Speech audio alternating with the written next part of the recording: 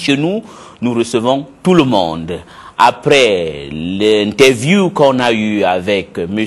Jean Itadi, ancien membre du gouvernement de Pascal Lissouba et de Denis Sassou Nguesso, ou de Denis Sassou Nguesso et de Pascal Lissouba, nous recevons ici, pour votre plaisir, M.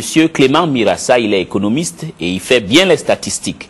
Il est le président du PSDC, donc Parti social-démocrate congolais, et aussi membre de l'opposition congolaise, une opposition dite radicale. Nous allons lui poser des questions sur son point de vue, sur les recensements administratifs qui vont bientôt commencer, que eux, ils ont, bon, on ne va pas dire briller, ils ne sont pas partis, ils ont refusé de participer. Pourquoi ont-ils refusé? Il va nous expliquer tout ça, et puis sur l'état du Congo et sur la situation de l'opposition en général. Monsieur Mirassa, c'est un honneur de vous recevoir aujourd'hui. Merci bien. Je remercie MTV de me recevoir parce que c'est pas souvent le cas dans les médias congolais. D'accord, mais ici on est toujours au Congo, mais on essaye de faire la différence. Hein. Merci beaucoup. D'accord. Alors comment vous vous portez? Je me porte bien. Et l'opposition congolaise? Je pense que celle à laquelle j'appartiens se porte bien. Celle à laquelle vous appartenez porte bien. Mais dites-nous, on va commencer peut-être par cela. Pourquoi se fait-il qu'il y a deux oppositions? Moi, je ne pense pas qu'il y ait deux oppositions. Vous savez bien, dans le système démocratique, il y a le pouvoir et l'opposition.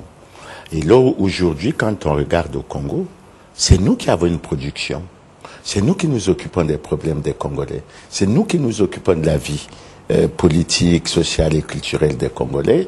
Et à chaque fois, nous avons donné nos points de vue. À chaque fois, nous avons fait des propositions. Et je crois que dans le système démocratique, c'est comme ça que les choses devraient marcher. D'accord, vous donnez des propositions, mais par exemple, nous n'avions pas vu, ou peut-être c'est moi qui n'ai pas vu, sur le problème d'électricité au Congo, sur les problèmes des routes, sur le 4 mars. On n'a pas vu que vous avez brillé, hein, parce que tout ce que vous savez dit, à moins que je me trompe, est de dire que c'est l'Armageddon, rien n'est bon, rien ne marche, vous ne faites jamais des propositions comme vous êtes en train de dire. Monsieur Smith, nous avons envoyé une lettre au président de la République du Congo. Et dans cette lettre ouverte, nous avons fait une analyse approfondie de la situation du Congo. Les problèmes d'eau, les problèmes de route, ça c'est les problèmes de la gestion. Et nous les avons assez régulièrement évoqués sous plusieurs angles.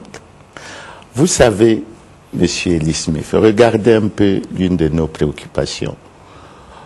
Si vous prenez le bout du route, si vous connaissez Brazzaville, qui part du rond-point des 10 maisons jusqu'à l'aéroport, ça fait 2,8 km. Ce bout de route aura coûté plus de 9 milliards. Nous avons évoqué ce problème. Nous disons qu'il y a du surcoût. Quand vous dites 9 milliards, vous avez sorti cette information d'où là? Mais quand ils inaugurent ou quand ils donnent les données techniques, vous avez vu chaque fois qu'on parle de la municipalisation, ce sont les principaux acteurs qui donnent les données techniques, c'est pas nous qui les inventons. Nous savons par exemple que la route Kinkala-Brazzaville aura coûté moins que ça par rapport au kilomètre. Quand nous dénonçons ces faits, quand nous évoquons un certain nombre de choses, il manque de l'eau. Nous disons, nous ne comprenons pas. Nous avons l'argent, mais nous n'avons pas d'eau. Nous avons des grands fleuves, nous n'avons pas d'eau. Ce sont des problèmes que nous évoquons. Et quand vous lisez la lettre ouverte, vous avez la synthèse un peu de cette analyse. Ah bon, donc vous faites quand même les propositions concrètes. Vous n'êtes pas dans le dénigrement et le déni, que rien n'est fait. Lorsque nous disons, par exemple, que depuis 2002, aucune élection libre, démocratique et transparente n'a été organisée dans le pays, asseyons-nous pour examiner cette situation et nous faisons des propositions. Nous disons qu'il faut qu'on mette en place une véritable commission électorale indépendante. Nous disons qu'il faut qu'on travaille sur une nouvelle loi électorale. Mais les propositions, nous en faisons beaucoup. Nous en faisons beaucoup. Bon, c'est bien beau ce que vous dites, mais quand il y a des opportunités de dialogue, vous refusez. Vous n'étiez pas à Oyo, vous n'étiez pas à Ivo, vous avez refusé d'Olizi. Ce sont les occasions que vous pouviez être et puis contribuer, par exemple, sur le problème électoral, à faire que le Congo puisse produire ou sortir ou avoir un bon mécanisme pour organiser les élections apaisées et transparentes. Mais vous refusez toujours. Vous savez, nous avons pour la plupart d'entre nous eu l'avantage surtout en ce qui me concerne, d'avoir été à l'opposition avec le président Sassou, avec le PCT, avec le FDU. Nous connaissons les points de vue. Nous les avons partagés. Nous avons signé un mémorandum que nous avons envoyé au président Lissouba pour réclamer la mise en place d'une commission électorale indépendante. Les amis du PCT savent que lorsque le premier ministre David Charles Ganao avait osé dire que son gouvernement allait organiser les élections, ils ont fait une déclaration en 1996 qui disait exactement ceci. Un démocrate sincère ne peut pas avoir peur d'une commission électorale véritablement indépendante. D'où vient qu'une fois qu'ils ont accédé au pouvoir, ils ont du mal à mettre en place une commission électorale véritablement indépendante. Est-ce qu'ils ont peur? Mais parlons par exemple, je crois que je ne sais pas là où je voulais aller, mais vous m'aviez amené là, je suis obligé. Je donne un exemple. Sur les recensements administratifs spéciaux qui sont en train d'être faits là.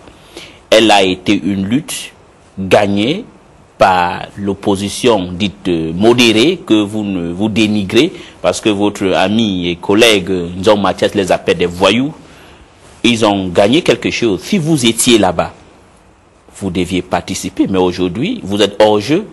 Ils sont en train de réussir ce que vous parlez seulement. Vous ne participez pas à créer cette commission, les moyens pour avoir des élections transparentes dans ce pays.